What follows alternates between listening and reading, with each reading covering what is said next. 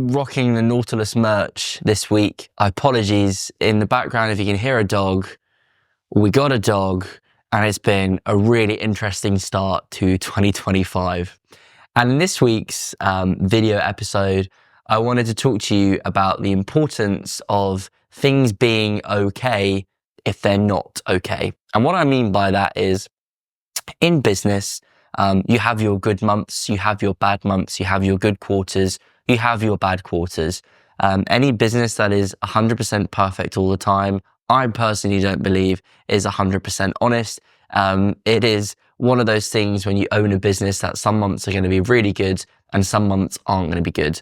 Whether that be revenue, whether that be staffing issues, whether that be project issues, project deadlines, whether it be things that crop up that need addressing in terms of service deliverability, loads of different things. And for us, unfortunately, the start of the year wasn't the best.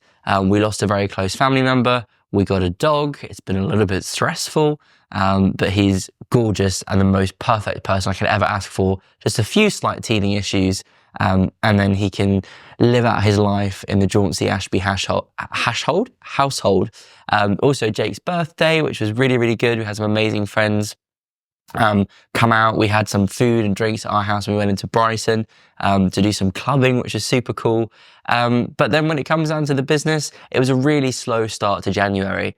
And I was really beating myself up about it. But then again, our December was the highest revenue, highest profit we've ever had on record. So it just goes to show that, yes, some months are really good, some months aren't very good.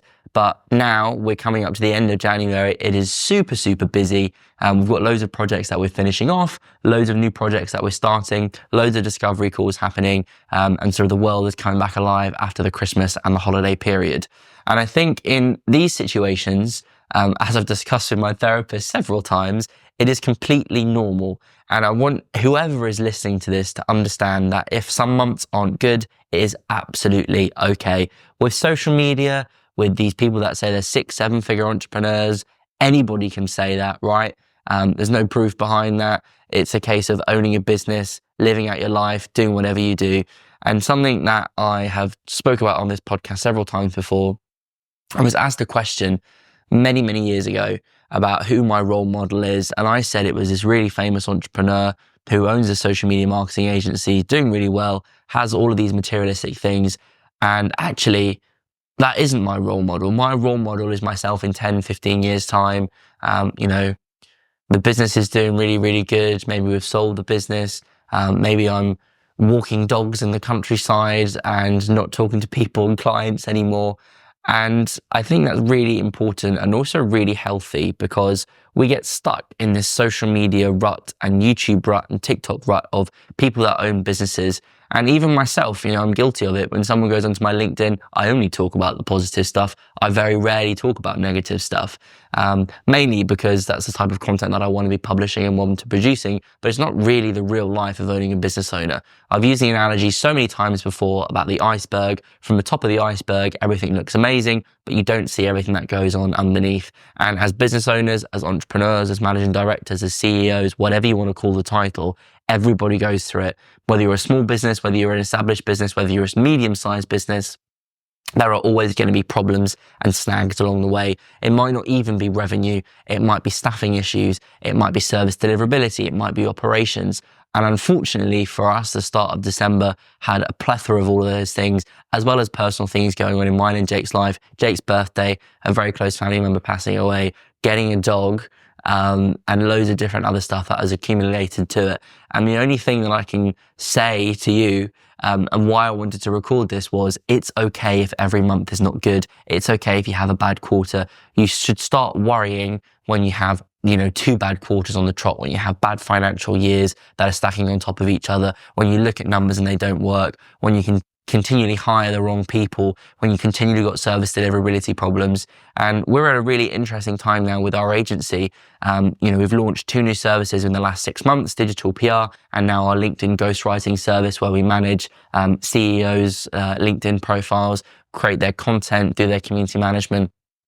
And that is really exciting because we're creating new services and new service offerings. We're at a really good point now with our operations. We are fine-tuning our service deliverability. We're fine-tuning our deadlines and project turnaround times. The snag that we have at the moment is we have everything ready in terms of a full pipeline and a journey that our customers go on. And yes, we do get leads come through from organic and paid, but what we really want to do is ramp up our marketing that we're doing for ourselves. So, we're doing a bit of a refresh of our SEO. We are continually pumping more money into our ads, which we've always done, and that's always been a really good flow of leads. Also, referrals and recommendations on LinkedIn has been a great source of business for us. And what I really wanted to do for a very long time is fine-tune our cold outreach, whether that be cold calling, which is a love and hate relationship, as well as your email marketing and direct emails and getting that process right, getting the flow right of those leads coming through, targeting those right people. So our sort of inbound, kind of paid, kind of cold is going really, really well and has been going really well. But I'm always a person of a perfectionist and wanting to improve on that even further and bring in new leads. And, we're hiring another business development manager to jump into the business, into our sales team, which is super exciting. Obviously, they will bring their own types of clients and their own leads through and having those networking opportunities and things like that. We're working on a super secret project, which is launching at the end of this year, probably, maybe in the spring, maybe in the summer. So it is very hard, and I've said this, I feel like I'm repeating myself to a degree, but there are so many times when you look back you look forwards within the anxiety or the stimulation of where you are, and you never really turn around and look back at how far you've come. I was a social media freelancer, lived at home with my parents. Now I have a team of 23 nerds all over the UK, all over the world. We're working with some amazing brands and some amazing clients.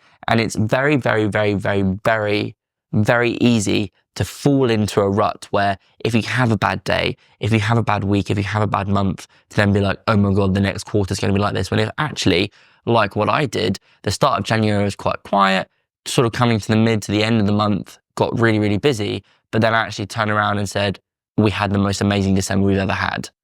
So it kind of juxtaposes, I think is the word. So if you're listening to this, if you're a business owner, if you're a managing director, if you're an entrepreneur, a small business owner, it's okay to have bad months.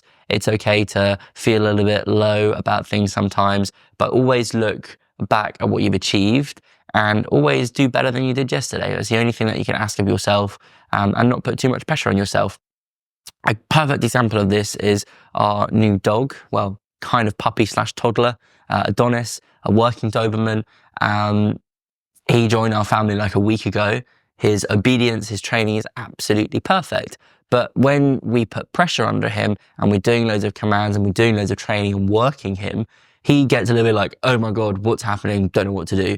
And that can be the same, and you can go into an anxiety about the business and how you're performing. So look back at what you've achieved, do better than yesterday, and don't get yourself into a rut of, oh my God, we're in a bit of a crisis. What do we do? Because when you do have a crisis, an actual crisis, whether that be a client that's unhappy, a bad review or a bad bit of feedback, staffing issues, service deliverability, personal stuff going on in your life, stop, take a minute, take a breath, put a plan in place. But the most important thing is surround yourself with people that can help and support you. I don't mean friends or family. I think that's really important, yes. But I really, really mean building a solidified team that are there to help and support you through that period, through that sort of challenging time. Senior management, operations managers, service deliverability managers, service delivery directors, and to improve on what you've done and ensure that it doesn't happen again. Because at the end of the day, no one's perfect. We make mistakes all the time, but don't get yourself in the rut of, oh my God, what do I do? Because it is not going to be a healthy relationship for you, for your business, for your team, for your clients, for people around you. So there you go. Don't worry. Everything will be okay, as Bob Marley said. Stay awesome, stay safe, but most importantly, stay nerdy.